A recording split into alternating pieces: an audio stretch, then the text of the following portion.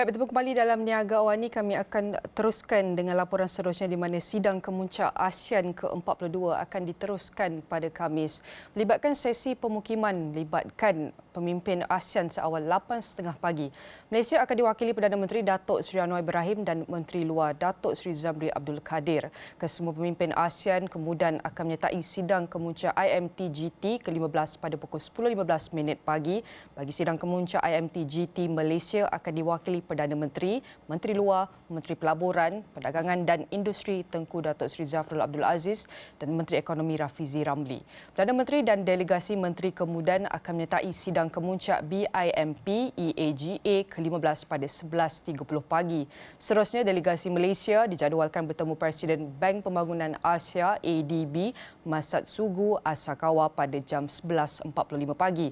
Anwar dijangka mengadakan sidang media pada penghujung sidang kemuncak bagi berkongsi intipati 2 hari persidangan sebelum berlepas ke lapangan terbang antarabangsa Komodo.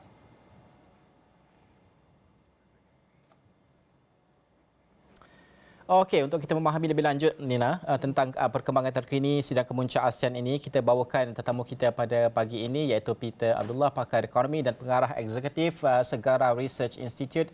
Selamat pagi, Peter. Terima kasih kerana bersama dengan kami pada pagi ini. Mungkin bagaimana untuk kita melihat ada banyak perkara yang disebutkan oleh pemimpin ASEAN. Salah satunya kalau kita boleh bawakan apa yang disebutkan oleh Perdana Menteri Malaysia Datuk Seri Anwar Ibrahim, bagaimana pembentukan dana kewangan Asia ini dicadangkan dalam konteks ASEAN ini. Mungkin pandangan dalam konteks itu terlebih dahulu sebelum kita melihat kepada konteks ekonomi yang lain. Ya, jadi apa yang disampaikan ya, tema dari KTT ASEAN ya, di Labuan Bajo itu adalah bagaimana menjadikan ASEAN sebagai epicentrum atau pusat pertumbuhan ekonomi dunia. Ya. Dan sebenarnya ide itu adalah sebuah ide yang make sense, ya, sesuatu yang sangat wajar karena menimbang potensi dan perkembangan peran dari perekonomian ASEAN saat ini, terutama pasca pandemi. Ya. Kita tahu kondisi saat ini bagaimana perekonomian di Amerika, di Eropa masih belum kembali sepenuhnya normal, apalagi masih ada permasalahan di Ukraina, ya, perang Ukraina-Rusia, ya, yang kemudian berdampak besar terhadap perekonomian Eropa. Ya. Sehingga saat ini kontribusi dari perekonomian ASEAN, ya, yang ditunjukkan oleh semua, ya, utamanya seperti Filipina, Indonesia, Malaysia, Thailand, ya, Vietnam, Thailand, ya, itu kontribusinya terhadap pertumbuhan ekonomi dunia sangat besar. Sehingga ini bisa dimanfaatkan untuk kedepannya dengan sebuah kerjasama yang lebih kuat, ya, itu kita bisa benar-benar memposisikan ASEAN sebagai epicentrum atau titik pusat dari pertumbuhan ekonomi dunia. Dan ini akan sangat selaras dengan apa yang disampaikan oleh Perdana Menteri Malaysia Anwar Ibrahim. Kalau kita perkuat dari sisi kerjasama keuangan, ya, termasuk dalam hal ini ya bagaimana kita menyatukan mata uang, walaupun ide penyatuan mata uang ini sebenarnya sudah pernah terjadi kegagalannya di Eropa, ya, euro itu sempat mengalami kegagalan pada era tahun 2011-2012 ketika pada saat itu negara-negara Eropa, ya, terutama di Yunani itu mengalami kegagalan fiskal, ya. Mereka mengalami kesulitan karena euro ini ada kelemahan, ya, di mana menyamakan negara-negara yang sebenarnya kondisinya sangat tidak sama, ya. Oleh karena itu, kalau kita ingin memunculkan kembali ide penyatuan mata uang, ya, itu mungkin harus dengan inovasi baru, ya. Kita harus bagaimana kita memunculkan ide seperti misalnya yang sekarang ini banyak dilakukan, kita menggunakan mata uang lokal di dalam hubungan perdagangan, hubungan keuangan antar negara-negara ASEAN. Tidak harus dengan memunculkan satu mata uang baru, menghilangkan mata uang yang ada seperti dilakukan oleh negara-negara Eropa. Nah, tetapi ide yang saya kira yang menarik yang harus kita munculkan di dalam KTT ASEAN ini adalah bagaimana benar-benar negara-negara ASEAN itu bisa bersatu, ya, bisa memanfaatkan semua potensi, semua sumber daya yang ada di ASEAN untuk menjadikan ASEAN sebagai titik pusat pertumbuhan ekonomi dunia. Baik, Peter, kalau kita nak bercakap mengenai bagaimana untuk kita lihat ASEAN ni perkukuhkan lagi kerjasama dalam konteks ekonomi semasa, kerana dunia ketika ini melihat negara maju dan blok Eropah berdepan kemelesetan ekonomi. Jadi bagaimana ASEAN boleh wujudkan, kita boleh cakap, satu kekuatan ekonomi yang lebih, boleh kita cakap, recession proof untuk masa hadapan terutamanya? Ya, sebenarnya kan negara-negara ASEAN itu kan memiliki sumber daya yang bisa saling melengkapi. Ya. Indonesia misalnya, ya, dan Malaysia dalam posisi menguasai karet, ya, CPO. Ya. Dan tentunya seharusnya Indonesia dan Malaysia bisa lead di dalam hal ini, benar-benar mengatur perdagangan karet di dunia, ya, karena kita yang mengontrol, kita yang memiliki pasokan terbesar, ya, produsen terbesar dari CPO. Ya. Kerjasama yang baik antara Indonesia dan Malaysia, ya, dalam menghadapi misalnya posisi Eropa yang seringkali menghambat perdagangan kita terkait dengan CPO, itu dengan kerjasama yang baik antara Indonesia dan Malaysia, tentunya kita bisa menghadapi negara-negara Eropa itu dengan lebih kuat, ya. Kalau kita memiliki posisi pandangan yang sama, ya. Demikian juga nantinya itu kerjasama antar negara ASEAN yang lain terkait dengan posisi kita untuk sumber daya kita yang lainnya. Ya, kita akan memiliki komoditi dengan hal-hal yang bisa kita kerjasamakan. Demikian juga dengan industri, ya. Kita bisa memanfaatkan, ya, posisi Singapura juga, ya, posisi Malaysia, ya, di dalam perdagangan dunia, ya. Sehingga dengan kerjasama yang tersebut kita bisa, sebagaimana sudah sudah kita canangkan, ya, di dalam pertemuan-pertemuan ASEAN sebelumnya, bagaimana kita menjadikan negara-negara ASEAN sebagai hub, ya, untuk semua di dalam kita membangun global supply chain yang berpusatkan pada negara-negara ASEAN.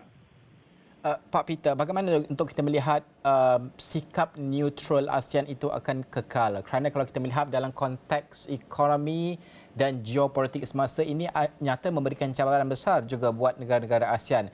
Contohnya hubungannya dingin antara Amerika Syarikat dan juga China mungkin. Ramai yang berharapkan ada kurangnya rasa neutral di kalangan negara ASEAN untuk menentukan ke mana hala tuju mereka dalam sokongan. Pertama. Kedua, mungkin dalam bentuk perang di Ukraine sebagai contoh. Ada juga yang mendesak bahawa nyatakan pendirian untuk ASEAN. Kerana ini juga akan berkait dengan ekonomi pada akhirnya. Bagaimana, adakah ini ancaman kepada sifat neutral ASEAN itu, ataupun bagaimana untuk ASEAN kekal neutral dalam konteks ini dan pada masa sama membina kekayaan ekonomi dan menjadi enjin pertumbuhan? Ya, ini memang tantangan besar, tetapi di balik tantangan itu kan sebenarnya ada peluang besar juga, ya. Ya, kita tahu, ya, bagaimana di dalam kondisi seperti sekarang ini, even India dan Brazil, ya, di dalam negara-negara yang tergabung di dalam negara-negara BRICS, ya, Brazil, South Korea, China, ya, kemudian India dan Afrika Selatan itu bergabung, ya, terlepas dari konflik yang sedang terjadi dengan antara Rusia dengan Eropa dan juga Amerika, ya. Keberanian dalam posisi seperti ini, ya, juga harus dilakukan oleh ASEAN, ya, karena mau tidak mau di dalam percaturan, di dalam landscape perdagangan global, ya, ketergantungan negara Eropa, Amerika terhadap kita itu bisa menjadi posisi kita, ya, di dalam bergain dengan negara-negara Eropa dan Amerika. Netral tidak berarti membatasi kita di dalam bersikap, ya, karena Indonesia juga di dalam konstitusi di Indonesia, Indonesia juga harus memposisikan sebagai negara yang netral, ya, tetapi memiliki peran aktif di dalam perdamaian dunia. Ya, jadi dalam konteks ini, walaupun kita netral, tetapi dalam kepentingan untuk perdagangan, kepentingan untuk menjaga perdamaian dunia, kita juga masih tetap bisa berperan, ya, bisa memposisikan diri, termasuk juga di dalam hubungan ekonomi. Ya, walaupun kita mematuhi, ya, kita juga seperti kita sudah disampaikan juga, Indonesia juga mengecam apa yang dilakukan oleh Rusia, ya, terhadap Ukraina, tetapi tidak membatasi kita, ya, untuk melakukan upaya-upaya yang termasuk juga di dalam hubungan ekonomi, sepanjang itu tidak melanggar apa yang menjadi kesepakatan global, kesepakatan umum, bagaimana kita mensikapi hal-hal ketegangan geopolitik antara Rusia, Eropa, dan Amerika. Jadi bagaimana untuk kita nilai hal dalaman negara ahli, negara-negara serantau, negara jiran kita seperti Myanmar, supaya ia tidak menjadi halangan kepada ASEAN Centrality, kerana isu ini boleh mendorong kepada kewujudannya kerapuhan ataupun kita bercakap fragile view daripada orang luar. Jadi bagaimana, Peter? Ya, ini memang ada permasalahan di dalam lingkungan ASEAN sendiri, ya, di mana kita bisa melihat posisi Myanmar di sini, ya. Saya kira negara-negara ASEAN juga harus tegas mensikapi apa yang terjadi di Myanmar, ya.